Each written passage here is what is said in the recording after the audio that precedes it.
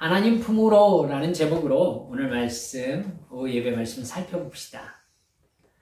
여호수아에게 여리고성과 아이성 정복은 아주 인상 깊은 경험이었을 겁니다. 여리고는 하나님의 임재가 나타나는 순간 무너지고 멸망당했습니다. 사람의 힘으로 하지 않고 하나님의 임재로만 이루어진 것은 여러분 이스라엘과 온 가나안의 주인이 여호와 하나님이심을 나타내는 사건이었습니다. 그 하나님께서 이제 이 가나안 땅을 이스라엘 민족에게 선물로 하사하신다라는 것을 이스라엘과 가나안 민족 전체에게 선포하신 사건이 여리고 정복 사건이었던 겁니다.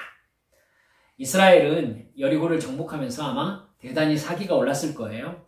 근데 이스라엘과 여호수아는 여리고성이 전투력으로 얻은 성이 아니라는 것을 잠깐 잊어버립니다. 아주 작은 규모의 아이성을 군사력으로 정복하려는 계산을 세우고 3,000명 정도 보내서 아이성을 접수하라고 얘기했잖아요. 그 전투에서 이스라엘은 패합니다. 문제는 내부에 있었죠. 아간이라는 사람이 하나님께 온전히 드려진 여리고에서 하나님의 것을 훔친 사건이 감춰져 있었던 겁니다.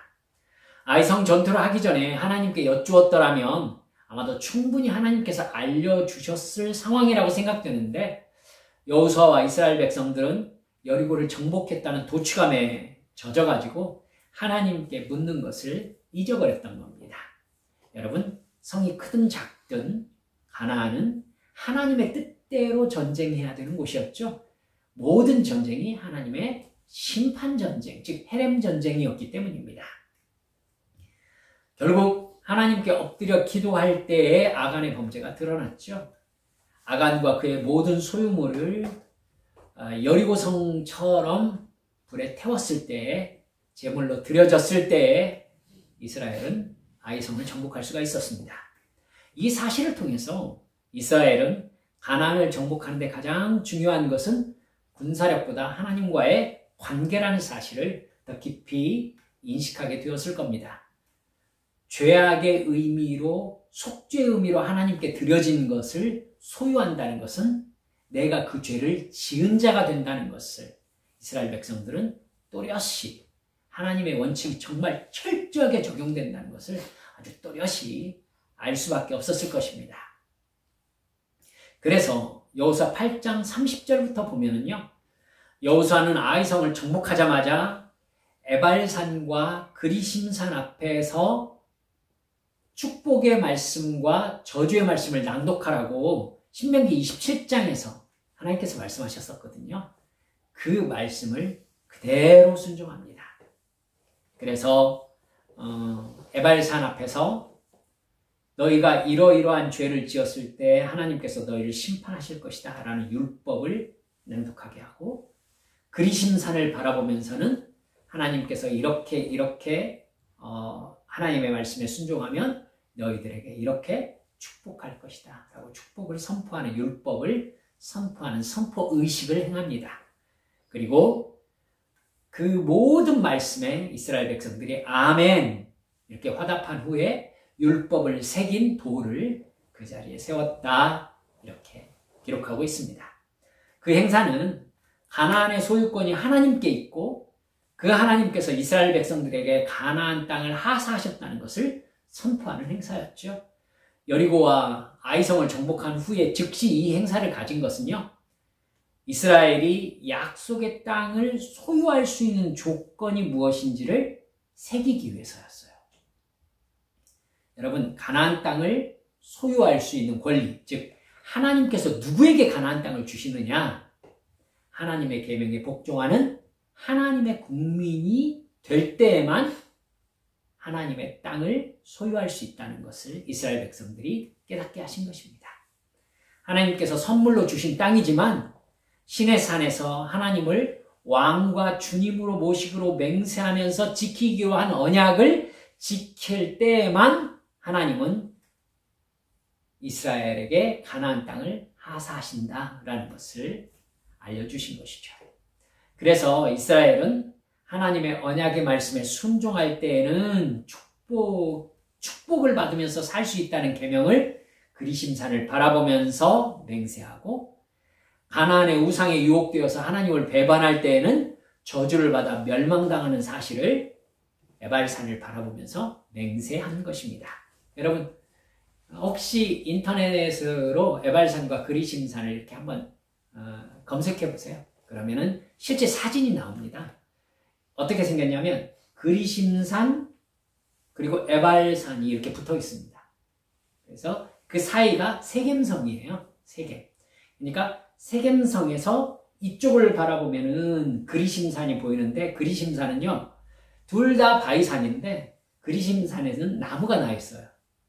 근데 에발산에는요 나무가 하나도 없는 황폐한 산이에요. 바위산. 그래가지고 하나님의 말씀에 순종했을 때 받는 축복을 그리심산이 보여주고요. 하나님의 말씀에 불순종했을 때 정말 삭막한 저주를 에발산이 상징하고 있는 그런 아마 사진을 찾아보실 수 있을 겁니다. 그러니까 가나안 땅의 우상 숭배의 유혹을 이길 수 있는 이스라엘의 기억 저장 장치를 만들어 놓은 것입니다. 여리고성과 아이성은 하나님의 계명을 지키며 순종할 때 받는 축복과 불순종할 때 받는 저주를 가장 잘 보여주고 경험했던 사건이었던 것이죠. 여리고성과 아이성. 이해하시겠죠? 근데 공교롭게도요. 그 행사를 치른 후에 여호수아와 이스라엘 족장들은 아이성에서 저질렀던 실수와 유사한 실수를 한 번 더 저지릅니다. 이스라엘이 여리고와 아이성을 정복하고 진멸했다는 소식을 들은 가나안 사람들은요. 두 가지 반응을 보였습니다. 대부분의 이스라엘 왕들은 이스라엘과 연합군을 이루어가지고 싸우려고 마음을 먹었습니다. 여러분 군사력으로 가나안 땅은 굉장히 강한 세력을 이루고 있는 곳이었기 때문이었죠. 근데 그러니까 자기들끼리 연합군을 형성해가지고 동맹을 맺고 이스라엘과 싸울 준비를 하는 팀이 있었고요. 오늘 본문에 나오는 기브온성이라는 성이 있었거든요. 이 기브온성처럼 이스라엘과 화친을 맺고 살 길을 찾으려고 했던 사람들이 있었던 거예요.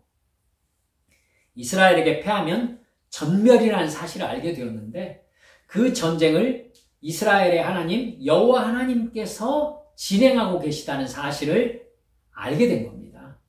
신의 전쟁이라는 것을 알게 된 가나안 사람들이 즉 기브온 사람들이 두려워한 것입니다. 기브온 성은 여러분 지금 일단 이스라엘 사람들이 머물고 있는 이 길갈에서요 한 37km 정도 떨어져 있어요. 37km. 여기서 37km면 각자 다르겠군요.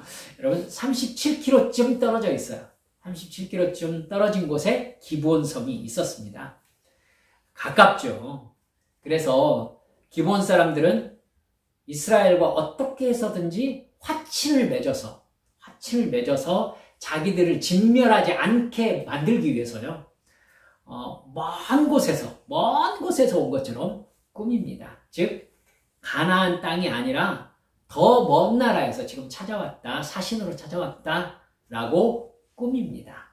가나안 사람이라는 게 발각되면 모두 다 그냥 진멸이잖아요. 그러니까 가나안 밖의 사람이다라고 속여요. 여러분 이스라엘 민족의 헤렘 전쟁 개념을 기브온성 사람들이 알고 있었다는 뜻입니다. 그러니까 여리고도 완전히 진멸당했고 아이성도 완전히 진멸당했잖아요. 그러니까 다음 차례가 기브온이었어요. 그러니까 우리가 걸리면 우리도 완전히 진멸당한다라는 두려움에 사로잡혔던 겁니다. 이 기브온 사람들은 사신을 보내면서 기브온이 가나안 땅 멀리에 있는 나라다라는 것처럼 사신을 꾸미는데 헤어진 전대, 그 다음에 해지고 찢어져서 기운 가죽 부대, 이 포도주 부대를 그렇게 꾸몄어요. 낡아서 기운 신을 신고요. 낡은 옷을 입고 다 마른 곰팡이가 난 이 떡빵을 준비합니다. 그래서 그들이 이스라엘 진에 찾아와요. 그러면서 자기들은 먼 곳에 사는 사람들입니다. 우리들이 당신들과 여호와의 소문을 듣고 찾아왔습니다. 우리와 화친하십시다. 이렇게 얘기를 합니다. 그러면서 자기들의 빵, 자기들의 전대, 다해진 신발, 멀리서 왔다는 거 가르쳐 주려고 했으니까요. 그걸 보고요, 여호수아와 이스라엘의 장로들이 어떻게 했는지 9장 15절에 나옵니다. 여호수아는 그들과 화친하여 그들을 살려준다는 조약을 맺고 회중의 지도자들은 그 조약을 지키기로 엄숙히 맹세하였다. 이렇게 나옵니다. 여러분, 근데 그들이 바로 옆에 있는 기브온이라는 성에서 왔다는 사실이 3일 만에 들통이 납니다. 이스라엘 자손이 행군 3일 만에 그 사신들이 온 성에 도착해버린 거예요. 네, 결국 기브온 사람들과 맹세한 것 때문에 그들을 칠 수가 없었어요. 회중들은 여호수아와 족장들이 잘못했다고 원망했다 성경에 나와 있습니다. 비록 거짓말을 했지만 이미 여호와 하나님의 이름으로 맹세해버렸으니까 지켜야 했던 거예요. 그래서 이스라엘 사람들은요, 결국 기브온성 사람들을 살리고 지켜주되 정당한 조약이 아니라 거짓말에 의한 것이었기 때문에 여호와 하나님의 이름으로 맹세가 되었기 때문에 지키긴 하지만은 거짓말을 했기 때문에 기브온 사람들은 이스라엘의 종이 된다라는 조약을 맺습니다. 왜 이런 상황이 오게 되었을까요? 그 힌트가 되는 증거가 여호수아 9장 14절에 보면 이렇게 나옵니다. 이스라엘 사람들은 어떻게 해야 할지를 여호와께 묻지도 않은 채 그들이 가져온 양식을 넘겨받았다. 여러분, 그들의 양식이 곰팡이가 핀 빵이었잖아요. 하나님께 여쭈어야 했었다. 그러면 이게 바로 옆에서 온 사람들이 꾸민 거라는 걸 알게 해주셨을 텐데 기도하지 않고 그 빵을 넘겨받고는 멀리서 왔구나 하고 그들과 화친의 조약을 여호와 하나님의 이름으로 맹세하면서 맺어버렸던 겁니다. 하나님께 이 상황도 여쭈었어야 했죠. 눈에 보이는 걸 믿으면 안 되었습니다. 아이성에서 했던 실수였죠. 기브온성은요, 가나안 땅에서 제법 강한 세력을 이루고 있던 성이었어요. 여호수아 10장 1절 2절을 보면 그 사실이 나오거든요. 기브온이 이스라엘과 화친 조약을 맺었다는 소식은 가나안 땅에 큰 충격이었다. 이렇게 나옵니다. 들어보세요. 예루살렘 왕 아도니세덱은, 여러분 그때 당시 예루살렘은 이방인 가나안 족속 아도니세덱이 다스리는 성이었다는 뜻이죠. 예루살렘 왕 아도니세덱은 여호수아가 아이성을 점령하면서 여리고성과 그 왕에게 한 것과 똑같이 아이성과 그 왕을 전멸시켜서 희생제물로 바쳤다는 소식과 또 기브온 주민이 이스라엘과 화친하고 그들과 함께 살고 있다는 소식을 듣고 몹시 놀랐다. 기브온으로 말하면 왕이 있는 도성처럼 큰 성읍이고 아이성보다도 더 큰 성인데다가 기브온 주민은 모두 용맹한 전사들이었기 때문이었다. 제가 새 번역으로 읽어드렸거든요. 여러분, 기브온은 비록 왕이 다스리지는 않는 규모였지만 왕도처럼, 그러니까 왕이 다스리는 성처럼 큰 성이었다는 겁니다. 그리고 기브온 성 주민들은 용사들이었고요. 그러니까 이 기브온이 이스라엘과 화친을 맺고 그들과 함께 지내기로 했다는 소식은 가나안 연합군에게 굉장히 큰 충격이었다는 것이죠. 이 성을 점령하지 않고 놔두는 것은 이스라엘에게도 사실 큰 후환이 될 수 있는 가능성이 있는 일이었죠. 근데 여호수아와 족장들이 하나님의 뜻을 여쭙지 않고 눈앞의 상황만 바라보다가 아이성과 비슷한 실수를 한 번 더 저지른 것입니다. 여러분, 우리도 똑같은 실수할 수 있어요. 우리 힘으로 할 수 있는 거 우리 힘으로 할 수 없는 것은 하나님께 여쭙고 이러면 안 됩니다, 여러분. 이러면 안 돼요. 우리의 삶 자체가 하나님께 붙잡힌 삶이라면 우리는 모든 상황에서 하나님 앞에서 살아야 합니다. 하나님께 여쭙고 하나님께서 주신 감동대로 하나님과 함께 동행하는 삶. 매사에 다 하나님을 의지하는 삶이어야 하죠. 알겠죠? 그렇지 않으면 우리는 아이성에서의 실수와 똑같은 실수를 합니다. 그리고 기브온에서의 실수를 또 하게 되는 겁니다. 여러분, 하지만 이 기브온의 이야기는요, 이스라엘의 실수를 통해서 가르치려는 것이 목적은 아닌 것 같아요. 기브온과 연관된 이야기는 오늘 우리가 읽은 본문 10장에 걸쳐서 하나님이 누구신지를 가르쳐주는 이야기로 다시 등장하거든요. 큰 성이었던 기브온이 이스라엘에 항복해서 목숨을 건지기로 약조하였다는 이야기는요, 이 가나안 땅 남부 연합군들에게 굉장히 큰 부담이 되었습니다. 기브온으로 말미암아 이스라엘과 싸우려고 한 자기들의 사기가 완전히 떨어지는 상황이잖아요. 그죠? 기브온의 성의 규모를 가나안 사람들은 다 알고 있으니까 이 성이 이스라엘에게 항복했다라는 소식은 남부 연합군들의 사기를 굉장히 떨어뜨릴 우려가 있었던 것이죠. 그래서 당시 예루살렘 왕 아도니세덱을 필두로 한 남부 연합군 5 왕들이요, 이스라엘을 치기 전에 기브온부터 쳐야 되겠다고 작정을 하게 됩니다. 무슨 의도인지 여러분 아시겠죠? 기브온부터 쳐야 자기들의 사기를 추스를 수 있겠다라고 판단한 것입니다. 그러면서 이스라엘이 아니라 기브온으로 진격한 거예요. 기브온이 다급해집니다.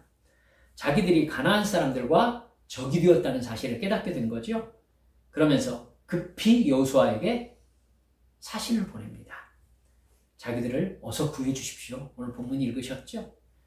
그 소식을 들은 여호수아와 이스라엘의 모든 군사들이 길갈에서 기브온으로 진격합니다. 여러분, 한 30km 조금 넘는 거리니까요, 밤새도록 이스라엘이 길갈에서 진격합니다. 밤새도록. 체력도 좋아요. 여러분, 그 진격이 시작되었을 때 여호와 하나님께서 8절에서 여호수아에게 이렇게 말씀하십니다. 그들을 두려워하지 말라. 내가 그들을 네 손에 넘겨주었으니 그들 중에서 한 사람도 너를 당할 자가 없으리라. 여러분, 지금 기브온을 구하러 가는 전쟁이잖아요. 그런데 여호와 하나님까지 나서서 여호수아에게 이 전쟁에서 승리할 것을 약속하고 계신 거예요. 여호수아 이스라엘 군사들은요, 밤새도록 기브온까지 가서요, 새벽쯤에 도착해가지고는 가나안 5 왕들 연합군을 습격합니다. 갑작스러운 습격에 가나안 왕들이 도망을 갑니다. 그러자 여러분, 하늘에서 우박 덩어리가 쏟아지기 시작했습니다. 여러분, 우박 덩어리라고 보니까 주먹만한 것이 아마 떨어진 것 같습니다. 지금 요즘 전 세계적으로 그런 기상이변이 자주 생기고 있는 거, 뉴스 나오는 거 보셨죠? 여러분, 자동차 유리는 말할 것도 없고 철판이 막 들어갔더라고요.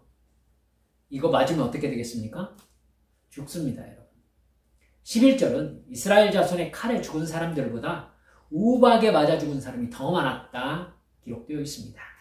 하나님께서 기브온 사람들을 구하는 전쟁에 직접 개입하신 것입니다. 물론 5 왕 연합군을 치시고자 하는 뜻도 있으셨겠지요.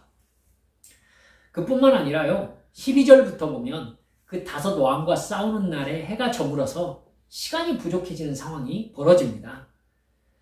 전쟁이 그날 끝나야 했는데 해가 저물면은 5 왕이 도망가고 그 연합군들이 추스를 수 있는 시간을 벌 수 있거든요, 밤에. 그러자 여호수아는 하늘의 해와 달에게 명령하는, 성경에서 한 번밖에 나오지 않는 그런 일이 이제 벌어지게 됩니다. 태양아, 너는 기브온 위에 머무르라. 무슨 말이에요? 태양이 지금 기브온 전쟁을 하고 있잖아요. 기브온 땅에서. 태양아, 너는 거기에 서 있어라. 달아, 너도 아얄론 골짜기에서 그리할지어다. 이게 무슨 의미인지 여호수아는 알고 명령했을까요? 아마 자전의 개념을 여호수아가 알았을까 싶은데요, 저는. 여러분, 근데 우리는 알잖아요. 태양과 달에게 머무르라고 하는 것은 지구의 자전을 멈추라고 한 얘기가 되는 거죠. 작게 말하면 그거고요. 여러분, 지구가 그렇게 맹렬하게 돌다가 딱 멈춘다는 건 있을 수가 없잖아요. 그러니까 이게 가능하려면 태양계 전체가 멈추는 상황이 되어야 되는데 이게 더 큰 일이 되죠, 사실은. 예, 어떻게 그럴 수 있었는지 설명할 수는 없습니다. 근데 놀랍게도 실제로 그 일이 일어났는데 여호수아가 기록되는 당시에 야살이라는 사람이 쓴 책에 태양이 거의 종일토록 내려가지 않았다라고 기록되어 있다고 성경이 기록하고 있습니다. 이스라엘은 그 전쟁에서 5 왕 연합군을 이기고 기브온을 구하고 길갈로 돌아왔습니다. 5 왕은요, 첩보에 의해서 막게다의 굴에 숨었음이 발각되어 가지고 죽임을 당했습니다. 여호수아는 거침없이요, 헤브론을 중심으로 한 이스라엘 남부 지역을 그 일을 통해서 점령할 수 있게 되었습니다. 42절을 보면 이스라엘의 하나님 여호와께서 이스라엘을 위하여 싸우셨으므로 여호수아가 이 모든 왕들과 그들의 땅을 단번에 빼앗았다. 이렇게 기록되어 있습니다. 14절에서는 이렇게 말씀하는데요. 여호와께서 사람의 목소리를 들으신 이 같은 날은 전에도 없었고 후에도 없었나니 이는 여호와께서 이스라엘을 위하여 싸우셨습니다. 아멘. 이스라엘을 속였던 기브온이지요. 그들을 살리기로 한 여호수아의 결정은 기도하지 않고 한 결정이었기 때문에 실수가 맞습니다. 그러나 하나님은 이 일을 통해서 여호수아와 이스라엘의 실수보다 더 큰 규모의 말씀을 하고 계십니다. 첫 번째는요, 여러분, 여호수아의 이 말씀은 이 이야기를 통해서 하나님께서 우상의 헛됨을 드러냈다라고 이야기하고 있는 걸로 해석하셔야 됩니다. 무슨 말이냐면요, 해와 달과 기상 상황이 있잖아요. 이것은 가나안 땅뿐만 아니라 고대 세계가 가장 많이 신으로 섬기고 있는 대상이었습니다. 해, 달, 별, 1월 성신이라고 하잖아요. 이 1월 성신, 그리고 기후, 비, 눈, 우박. 여러분, 이러한 자연 현상들은요, 고대 세계로 갈수록 우상으로 숭배되었습니다. 여러분, 가장 많이 우상으로 숭배되고 있는 신적 대상이었던 거죠. 근데 가나안과 이스라엘의 전쟁에서 하나님께서 우박 덩어리를 땅으로 쏟아 부으면서 사람을 죽이신 겁니다. 적군을. 칼에 죽은 사람보다 우박에 맞아 죽은 사람이 더 많다고 했어요. 뿐만 아니라 여호수아가 태양과 달에게 멈추라고 한 겁니다. 여러분, 얼마나 웃겨요. 사실은 가나안 사람들은 모든 사람들이 태양신을 숭배하고 있고 달의 신을 숭배하고 있어요. 그러면 적어도 태양과 달은 가나안 사람들, 가나안 군대를 구하기 위해서 빨리빨리 밤이 되어야 되지 않겠습니까? 태양과 달을 향해서 그 많은 제물을 바쳤잖아요. 근데 해가 지지 않았습니다. 이스라엘은 기세등등하게 가나안 사람들을 멸절시켰어요. 모두 자기들이 제물로 바치며 섬기던 신들이었어요. 기가 막혔겠죠. 하나님은 이 전쟁으로 하나님께서 해와 달과 모든 만물의 주인이시라는 사실을 선포하신 겁니다. 여호와 하나님 외에는 해, 달, 별, 어떤 기후, 어떤 자연계의 현상, 신이 될 수 없다는 것을 하나님께서 선포하신 것입니다.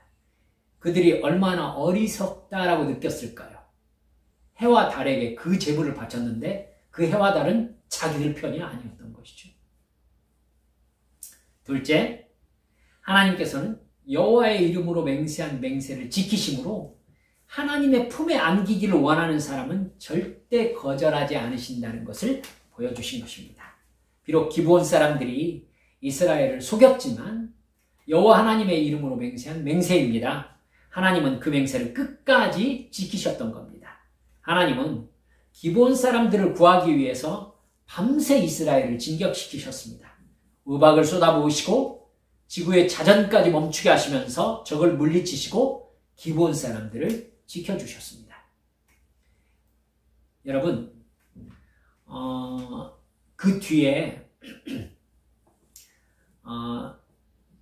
사무엘 하를 보면요, 사울 왕이 살아있을 때 기브온 사람들을 학대하면서 학살했던 기록이 나와요. 그러니까 기브온 사람들은, 기브온은 가나안 민족이잖아요. 그러니까 이스라엘 땅에서 천민이었던 것이죠. 종이었으니까. 그래서 사울이 왕이 되었을 때 기브온 사람들을 학살했던 기록이 있는 겁니다. 여러분, 그 일 때문에요, 이스라엘에 기근이 듭니다. 이스라엘 땅 전체.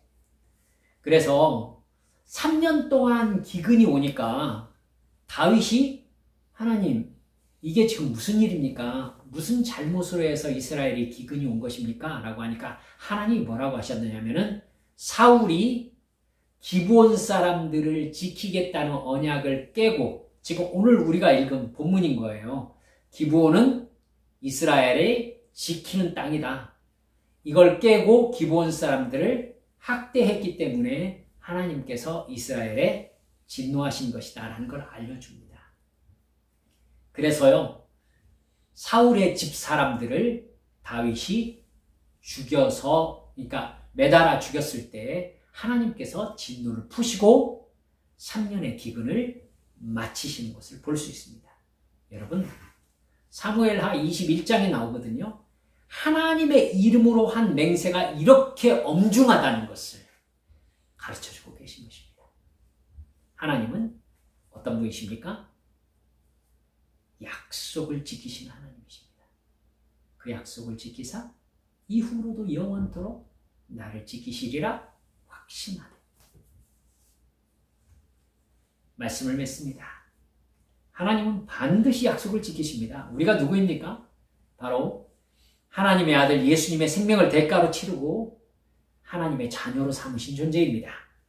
그 하나님은 그 약속을 의지해서 하나님의 품에 안겨 구원받기를 원하는 그 누구도 거절하지 않으십니다. 끝까지 책임지십니다. 아멘. 여러분, 우리의 인생도 하나님께 붙잡혀 끝까지 책임지시는 대상 안에 들어와 있습니다. 이방 민족인 기브온도 하나님께서 끝까지 책임지신 하나님이세요. 그 역사가 흐른 그 이후에도 여러분, 하나님께서는 기브온을 철저하게 지켜내셨습니다. 어떤 고난도 하나님의 구원의 뜻과 사랑을 끝낼 수 없습니다. 막을 수 없습니다. 문제는 우리가 어려운 상황에 놓였다고 하나님의 사랑에 대한 믿음을 저버리는 겁니다. 우리 쪽에서 하나님을 버리는 거지요. 하나님은 어떤 상황에서도 우리를 건져내실 수 있거든요. 우리의 상황은 우리를 인도하고 계시는 하나님의 뜻 안에서 이루어진 것입니다. 여러분, 지금 배웠잖아요. 우리가 어려움, 하나님 안에 사는 우리가 당하는 어려움은 하나님의 기획입니다. 그러니까 답이 누구에게 있어요? 하나님의 계획이니까 답은 하나님께 있단 말입니다.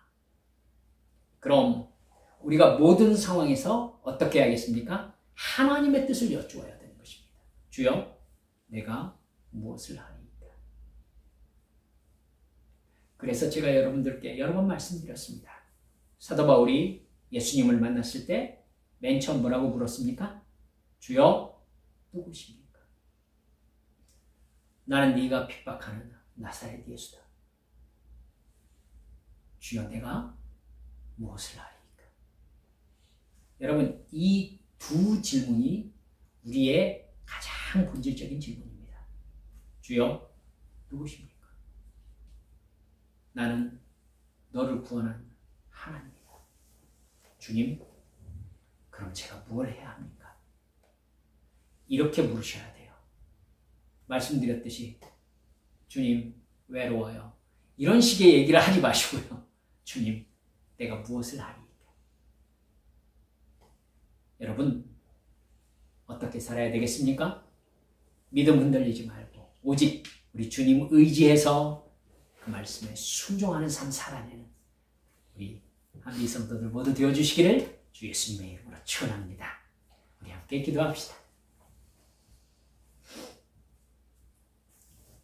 사랑하는 여러분들, 저는 이 기브온 사람들 보면 참 마음이 괜찮습니다. 여러분, 살려고 하나님 품 안으로 달려 들어왔는데 어쩌면 하나님께서는 그들을 살려주고 싶지 않으셨을까 라는 생각하게 됩니다. 기브온을 살렸다고 이스라엘 백성들이 징계받지는 않았거든요. 여러분, 우리 원칙 꼭 기억합시다. 아무리 내 눈앞에 작은 일로 보일지라도 하나님, 제가 어떻게 하면 되겠습니까? 여쭙기를 게을리하지 마시라는 거. 그리고 두 번째는요, 하나님의 품으로 달려들어서 하나님께 도움을 간구하는 어떤 사람의 간구도 하나님은 무시하지 않으신다는 사랑의 하나님이시라는 것. 사랑하는 여러분들, 일주일이 또 시작됩니다. 주여, 어떤 일 앞에서든지 우리 주님과의 사랑의 관계 안에서 진행될 수 있도록 저에게 영적인 지혜 주시라고 이 시간 함께 통성으로 기도하시겠습니다. 하나님 아버지, 감사합니다.